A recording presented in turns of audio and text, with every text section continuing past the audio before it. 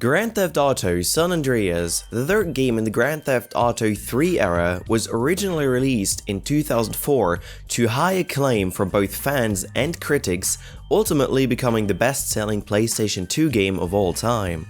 With sales of over 21.5 million units across all formats, in 2010 it was ranked as the third best-selling game of all time. Now, the game has a huge amount of unused content within it, as well as evidence of other features that were removed or changed during its development cycle. For example, a number of missions were removed, 7 in total, and we will name and explain a couple. First up, Impounded, a mission from Caesar. Lowrider CJ would get a phone call from Caesar, inviting him over to socialize while he tunes up CJ's car. Shortly after arriving at Caesar's place, CJ's car would get towed away and impounded. The mission involved Caesar taking CJ to the Los Santos impound in Pershing Square, where CJ would have to retrieve his car, lose the heat, and get back to Caesar's place where Caesar would tune it up for him. The mission thus provides an introduction into the workings of the vehicle impounds that the player would otherwise not be aware of. Upon completion of the mission, all car impounds would be marked with their own radar icon on the map.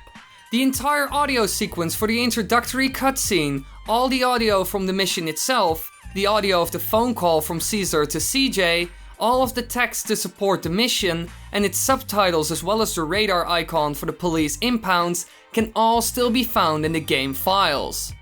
Next one, looking for Big Smoke and all-terrain takedown, is a 2-part mission CJ would have completed after his return to Grove Street later in the game.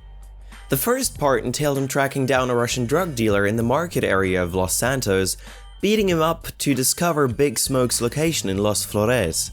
Then, part 2 meant having to take over all of Vaga's territories in Los Santos to gain access to Smoke's crack palace. All of this was simply replaced by having to take over sufficient territory to progress to the final stages of the storyline. However, the mission text, including its subtitles, as well as the Russian dealer model, Andre.dff, can still be found in the game files. All of these missions are scrapped for some reason, while some of these sounded like a lot of fun. Such a shame. Now, besides scrapped missions, there were also a lot of characters and models that went unused. One reason why many of these are not used is that the game was not properly coded to deal with several distinct locales of San Andreas properly. For example, there are models for specific police characters for desert, rural, and countryside areas, as well as specific motorbike cops for each city, specific taxi drivers for each area, specific drug dealers for each area, and many more. Also, 2 minigames were dropped. One of these was really cool, and the other one,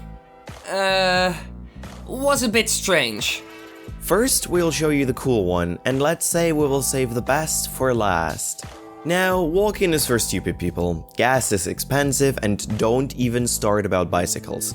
But San Andreas had a solution for this: skateboarding.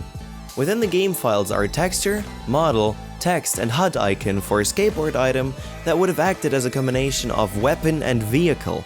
This feature was dropped during development, but eventually made its way into Rockstar's subsequent game, Bully. The following text from the American.gxt file describes how it would have been used.